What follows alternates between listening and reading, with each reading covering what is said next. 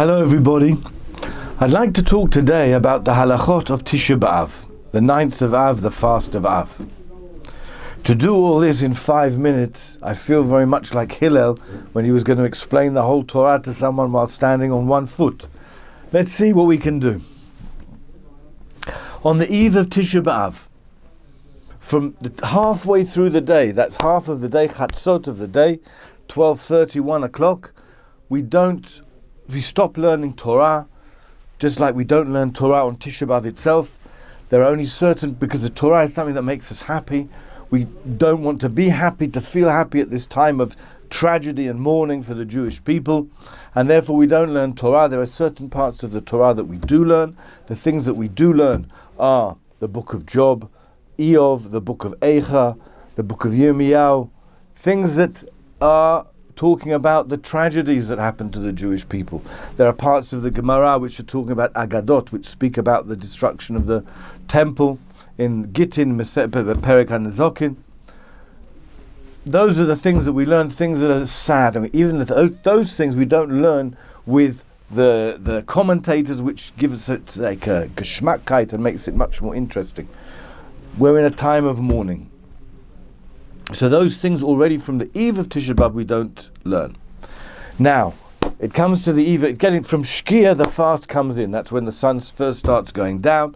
Before Shkia, we have what's called a Suda Mafseket. That's our last meal, where the meal is eaten sitting on the floor, on a blanket or on a pillow. Just one cooked food.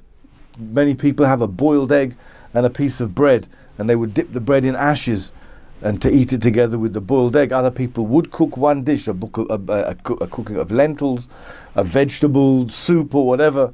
That's all considered as one type of meal that you would have, one type of cooked food that you would have for your Suda Mafseket. You make sure to finish that meal before Shkia. Once you finish that meal and accept it upon yourself the fast, if you don't want to accept the fast at that time, you must have a positive intention not to accept the fast.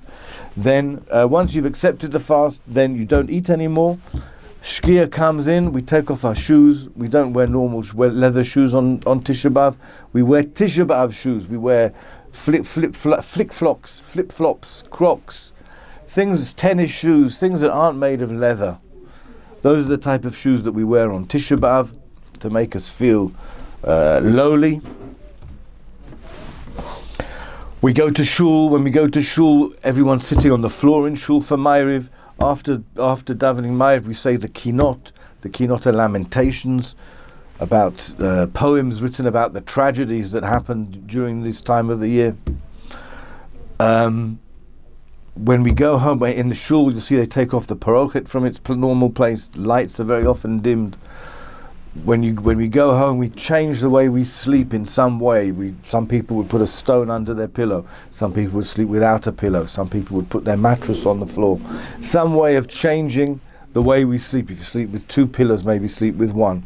Changing the way we sleep in some way to remember this time. When we get up in the morning, it's a fast day, of course.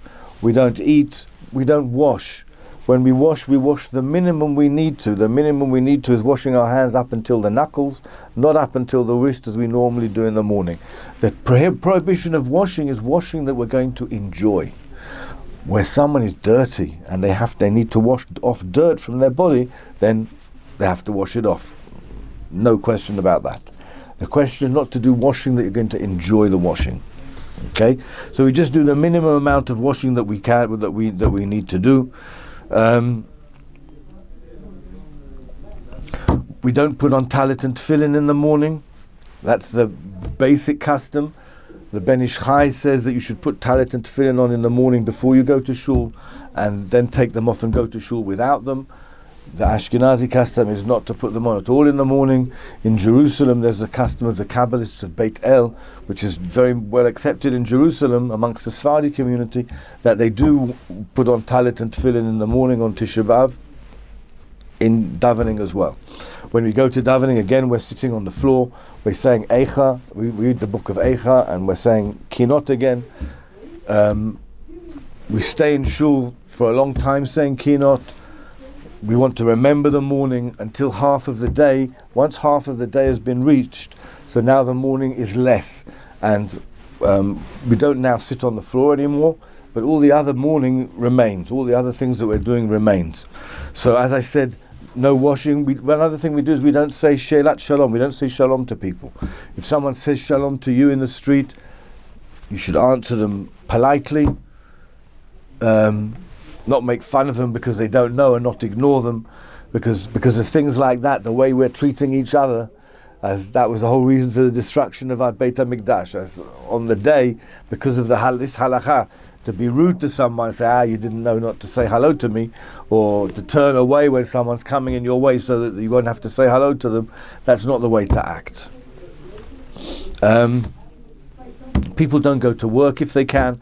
If this is what's called a davar aved, that means something that you're going to lose out on. If you don't go, you're going to lose money, then you're allowed to go to work. As I said, after half of the days you can sit again on chairs. When we're davening mincha, then the custom amongst the Ashkenazim is to put on tefillin, whereas some of the Sfardim have already put them on in the morning. So the custom is to wear tefillin for mincha.